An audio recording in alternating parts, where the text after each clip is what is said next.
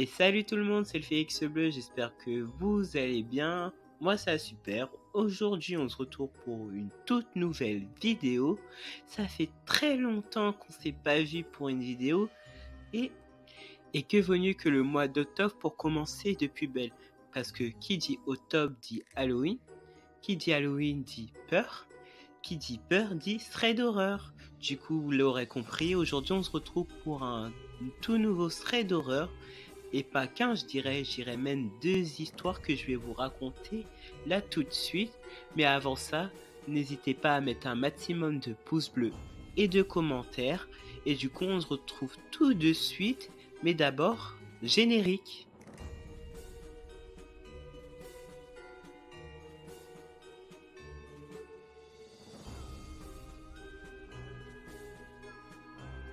Avant de commencer, j'aimerais remercier les 2 personnes qui ont écrit ces histoires, parce que grâce à elles, je vais pouvoir vous les raconter aujourd'hui.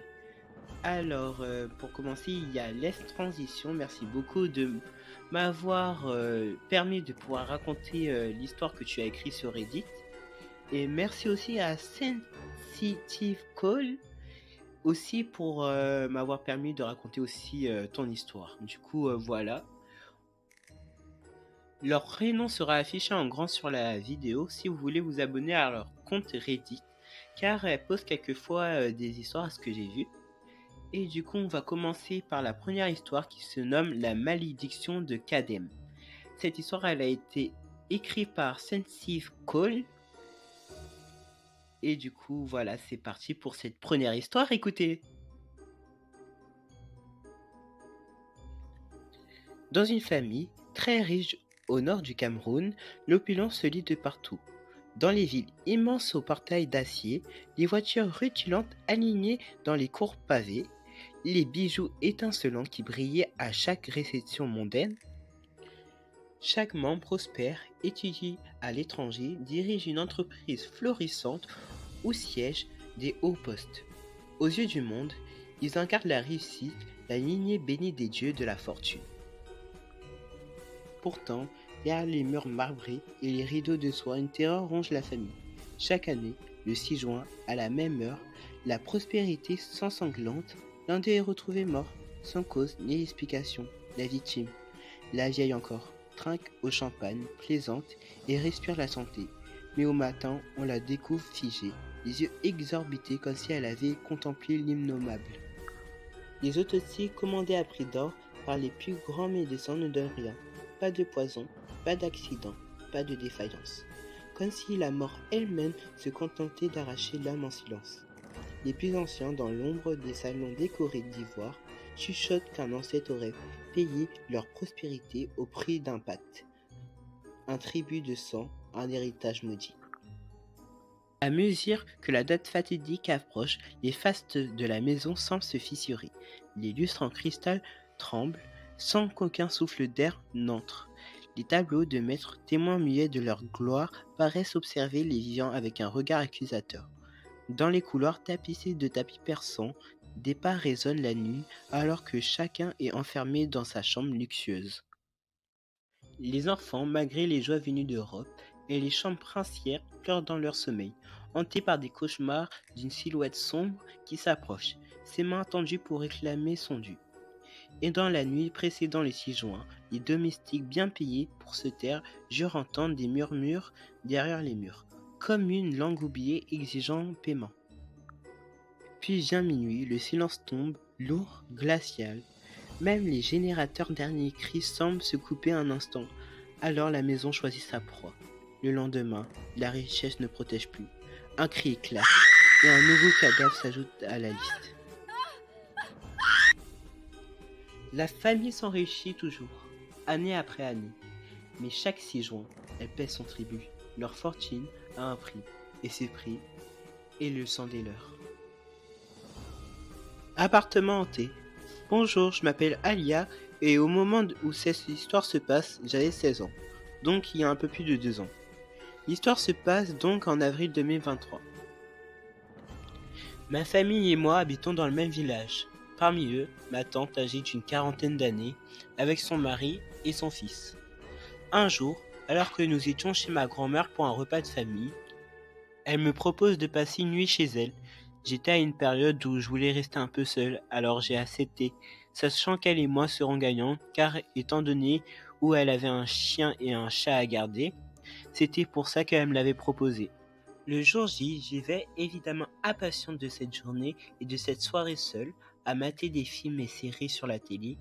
Quand j'arrive, j'applique les réflexes que j'ai depuis toujours, c'est-à-dire regarder si personne n'est présent dans chacune des pièces, même le petit jardin, car ma tante est dans un petit appartement situé au rez-de-chaussée, et c'est pour cela qu'elle possède un petit jardin. La journée se passe bien, je joue avec le chiot et le chat, et je regarde des séries. Enfin bref, une journée normale. C'est le soir que ça commence à être un peu plus bizarre. Je mange aux alentours de 22h, car je n'avais pas très faim. Je mangeais devant une série quand j'entendis un bruit provenant de la chambre de mon cousin. J'y vais, mais il n'y a rien. Je me dis que probablement que ce n'était que le fruit de mon imagination, et je retourne à mes occupations.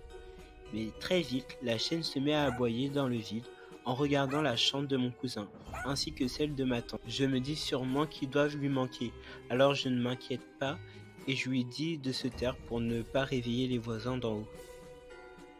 Aux alentours de minuit, je vais me coucher dans la chambre d'Annie qui donne face à celle de ma tante.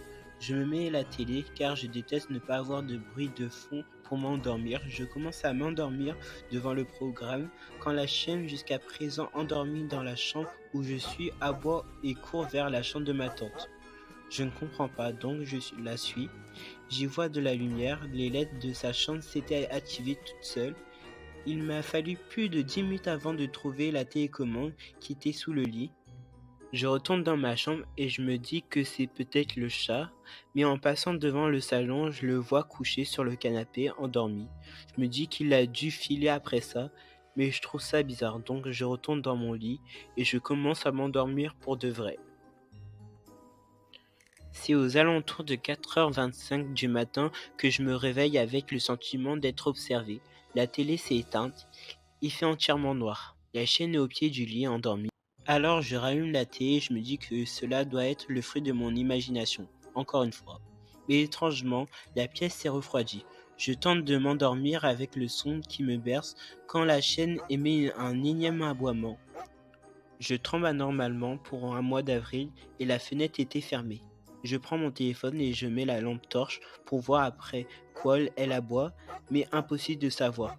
Elle aboie dans le vide, toujours en direction de la chambre de ma tante et de mon cousin. J'entends quelque chose provenant de la chambre de mon cousin, donc je décide de m'y rendre. Sa chambre est nickel, mis à part un jouet en plein milieu, une figurine Buzz l'éclair au milieu du tapis. Je me dis qu'elle a dû tomber car elle était au bord de l'étagère. Je décide de la replacer loin du bord, ce qu'elle retombe. Je fronce les sourcils, très vite frustré par le peu de sommeil que j'ai, et je ne cherche pas plus loin, alors je décide de la mettre sur la table de nuit. Quand j'arrive en face du salon, je vois que la porte-fenêtre est ouverte. Or, elle était fermée comme toutes les fenêtres. Je regarde vite si le chat ne s'est pas enfui, le chiot à mes trousses, mais il est toujours là, posé sur le canapé, dans le sens des baies vitrées, les yeux fixés dessus. Je la referme et baisse les stores, et je décide de faire le tour de la maison, mais rien d'anormal. Alors je décide de retourner me coucher, mais à peine eus-je le temps de fermer les yeux, que cette fois-ci, le chat s'est mis à miauler. Je ne veux pas me relever, mais je me dis qu'il a peut-être quelque chose, donc je me lève à contre-cœur, et ce que je vois me paralyse. La télé du salon est allumée. Les LED de la chambre à ma tante se sont remis à clignoter. La télécommande se retrouve également sous le lit. Le frigo est ouvert, et des figurines de mon cousin sur le tapis. Perplexe, je range tout. Il devait être à présent 5 heures. Alors je me dis que la nuit est finie pour moi, après cette chose extrêmement perturbante. Je suis dans le couloir pour retourner dans la chambre et au loin je vis que la télé était éteinte, ce qui est bizarre car cela fait moins d'une heure que je l'ai rallumée. Mon téléphone était également dans la chambre, alors je décide d'y aller. Je prends mon téléphone et j'allume la lampe torche, quand je vis une ombre devant la chambre. Je suis d'abord tétanisé, puis ensuite je ferme la porte. Je me dis que c'était à cause du manque de sommeil.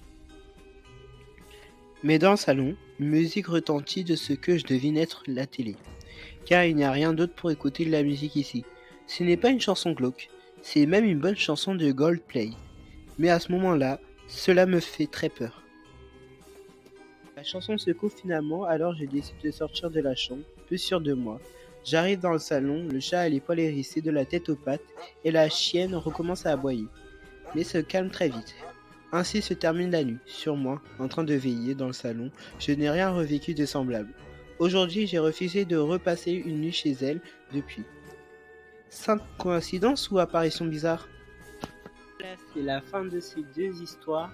J'aimerais encore remercier les deux personnes qui m'ont permis de les raconter, c'est-à-dire Left Transition et Sensive Call. Merci à vous deux de m'avoir permis de raconter vos histoires aujourd'hui. Et du coup, c'est la fin de la vidéo. J'espère qu'elle vous aura plu. N'hésitez pas à mettre un maximum de pouces bleus et de commentaires. On se retrouve la prochaine fois pour une nouvelle vidéo. Enfin, quand j'aurai enfin le composant pour pouvoir faire des vidéos gaming. Mais ça sera bientôt. Je vous le promets.